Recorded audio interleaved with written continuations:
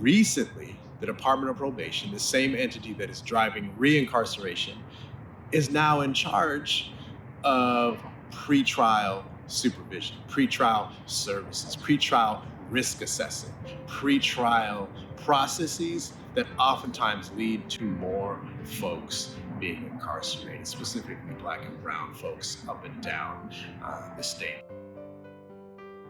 So the reality about incarceration is that even being incarcerated for a short period of time, and every time someone is incarcerated, they have to start over. Within hours, within days of being incarcerated, you can lose your house, your job, your kids, relationships to your family. And so it is tremendously disruptive.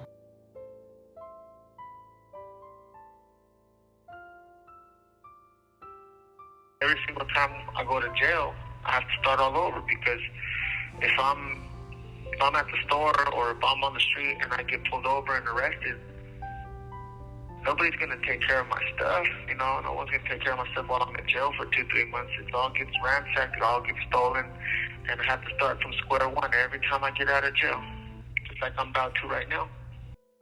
I lost my truck. I put over $20,000 into my truck, and then I had no vehicle. I use my truck for work too. I'm on foot, catching buses and trying to, it just really, really set my life back. It slowed me down. No way to go pick up my children or go visit them. It really messed with my mental health. I get really depressed.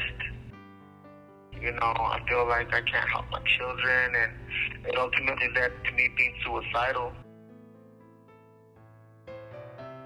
Every experience with the incarceration system pre-trial basically set me back to the square one in terms of being homeless. During pre-trial detention, I have lost my belongings over and over again while I was experiencing homelessness. So every time I'd catch a case and I'd maybe be gone 2 weeks, whatever house I was staying at, even if it was a friend, oftentimes I let someone else who needed to stay there. They'd take my stuff, or, they just got tired of looking at my stuff, so they get rid of it. And without the support of my family members and stuff like that, I wouldn't have been able to hold on to anything at all. I've had cars impounded, when I've scraped up to get the money for the car, or just, someone probably gave me a car out of the goodness of their heart, and then, not making sure that my license was renewed. Or one time I have a license, but I didn't have a physical license on me, so they impounded my car, right? But I was living out of the car, and you could tell I was living out of the car, and they didn't care, So it's just all type of stuff. I've lost my son's Christmas gifts, all type of stuff. My earliest encounter with the incarceration system was as a juvenile, and at the time my son was 6 months. So as you know, 6 months is some of the most prominent time in a child's life, when it comes to their early development. So not being able to breastfeed my son when that was the plan, and that's what I've been doing up until that point.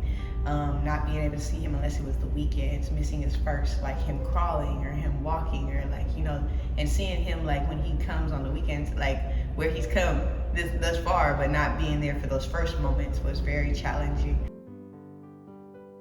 On December 24th, while in isolation, 24-hour lockdown, a guard came up to me and he said, you wear blue, I wear green.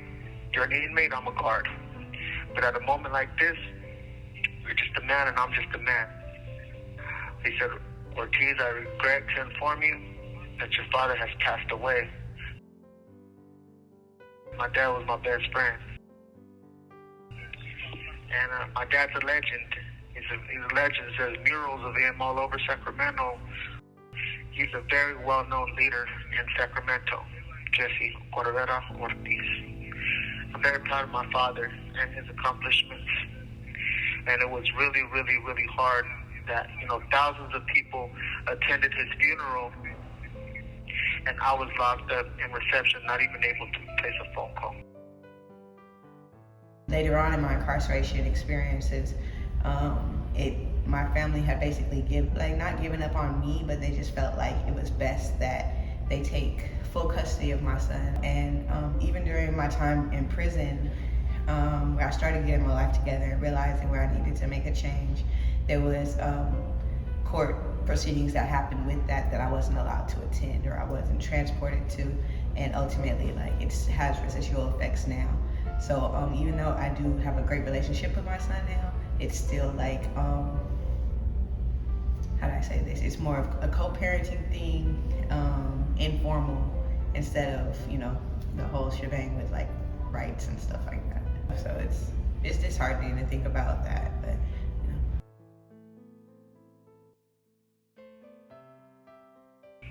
with all my family members, they offered $20,000 to the CDC to have two guards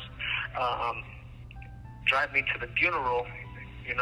Paying for their time and all that and transportation, but they wouldn't go for it. They didn't. So I missed the funeral ceremony.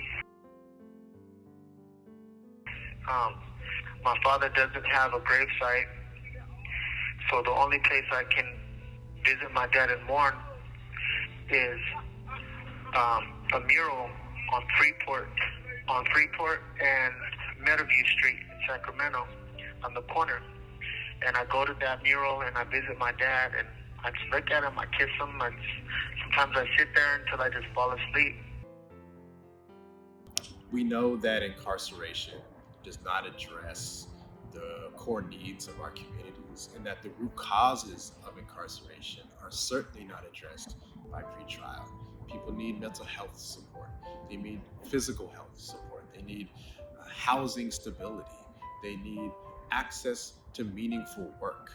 These are the things that our communities need, not pretrial detention.